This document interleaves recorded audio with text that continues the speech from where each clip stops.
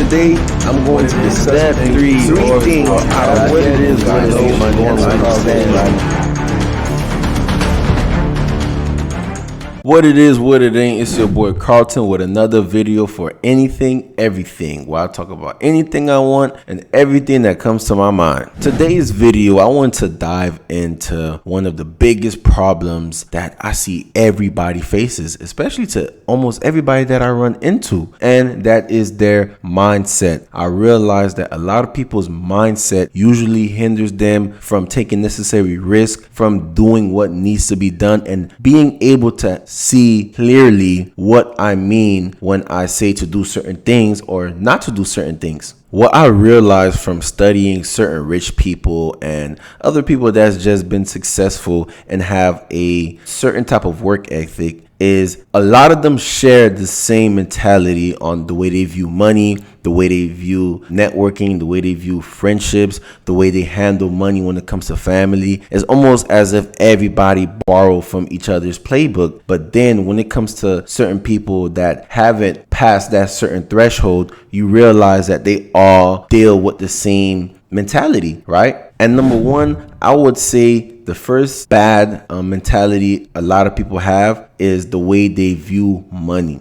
A lot of people have this false perception of money as if it's this like sacred thing, as if it's just so precious that they have to hold on to it, which is why I realize a lot of people are scared to invest because they feel like once they put their money out into the world that it will not come back to them, and they're not willing to risk something like that. And what you have to understand is money is probably damn near non-existent. I realized this when I went probably like 3 months without touching any money. I was just having money coming into my account and automatic withdrawals going out my account. And as I log into my account, I realized like, wow, this is literally just numbers. It's just calculations. It's just mathematics where I'm calculating how much I should put into something and what I'm expecting to get out of it, right? And then I realized a lot of people tie so much emotions into money for literally no reason. And I realized a lot of rich people does not have that emotional bond to money. Now, don't get me wrong. You'll probably come across a lot of greedy people where they'll do anything for $1, but that's not always the case. So first, what I need you to do is detach your emotions from your money. You need to understand your money is a resource, and that is it, not the end goal. It is a resource that you will use to get to your end goal, whether it's traveling more or whether it's a certain purchase. You need to understand you holding on to the money is not the end goal. The money will be a resource, a tool that you will use so you can get to that end goal that you're trying to. Secondly, another bad mentality I realized a lot of people have is their perception of networking and friendships and just connecting with people. Stop having this perception in your mind that everybody's out to do you bad and everybody's just these terrible people. No, there are a lot of people out here that might not even know you from a can of paint, but is more than willing to teach you because they just love teaching. Or there's other people that is willing to connect with you because they understand the power of unity. They understand how everybody can come together and it'll be way easier to accomplish a certain goal. So stop thinking that everybody's out to get you and you can just do everything by yourself. Like, no, nobody is self-made. No matter how much you hear it, no matter how many times you see people post it, nobody is self-made. You will not make it anywhere trying to do everything by yourself. Life was not meant to do anything by yourself, which is why God gave Adam a partner, so you don't have to be lonely. Now, it's not to say just that in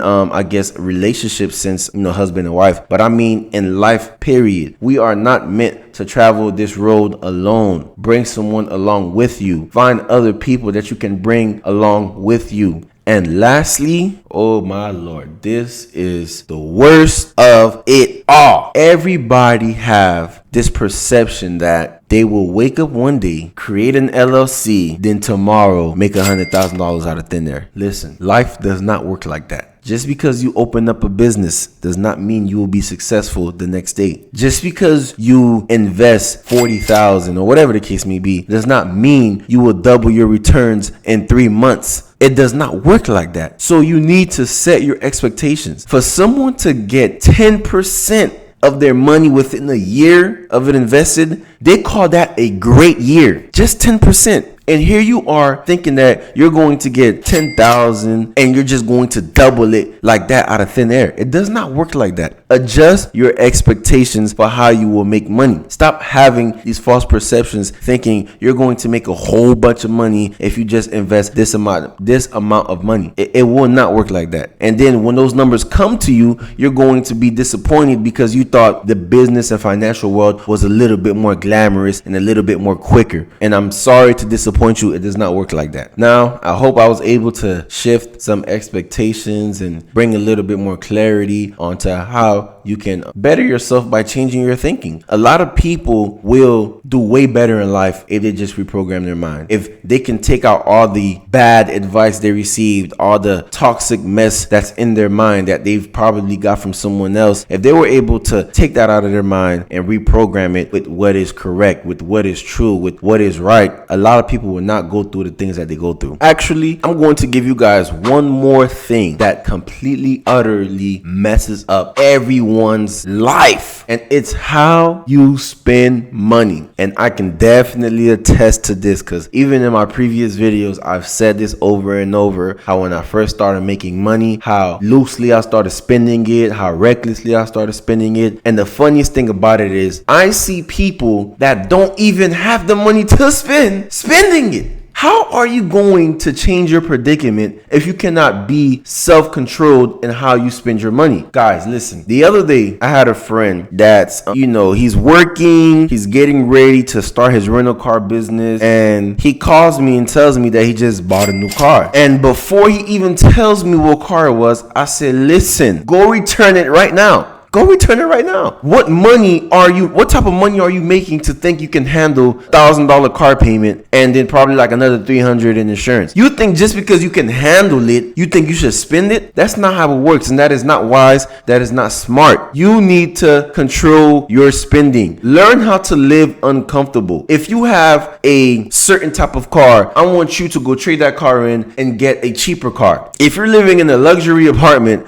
I want you to get out that luxury apartment, go live back with your parents. Or if that's not a possibility, go get a cheaper apartment. Stop trying to live so comfortably that you forget where you're trying to go and what is your end goal. That's the problem. Everybody wants instant gratification. Everybody wants to spend something, not even spend something, but make the money, and then the second they make it, they spend it. Or even if that's not the case, everybody wants to put on, as far as it's a terminology for it. Keeping up with the Joneses. You can't keep up. The Joneses, they already solidified. They already got different income coming in. They already got residual income. They got passive income, right? They have probably 7 different streams of income, right? But here you are with a 9 to 5. You want a 2022 car. You want the newest iPhone. You need the iPad, the Apple Watch, the MacBook Pro. You need everything. But you making what, $20 an hour? And now you working what, 40, 50 hours a week? Guys, listen. If you do not learn how to be uncomfortable, if you do not learn how to have self-control when it comes to your finances and your spending, you will be stuck forever. Because even when you make more money, guess what you're going to do? Going to spend it more on foolishness. You're going to make more money. Your expenses are going to go up along with it. You're going to get a newer car. You're going to get a more expensive apartment, more expensive condo, more expensive house. You're going to buy more expensive clothes. Nothing's going to change. You're going to be in the same predicament. So please change that habit, change that mindset. Learn how to have self-control with your money. Learn how to be uncomfortable. It doesn't matter what it is. It doesn't matter what excuses you have. It doesn't matter, and I don't care. Learn how to be uncomfortable. Change that. I hope everything that I said today, you'll be able to apply it into your life, set your expectations, and know how to maneuver, especially when it comes to meeting new people and connecting with people. Like and subscribe this video. Please, please, please, please, please. Thank you. See you next time.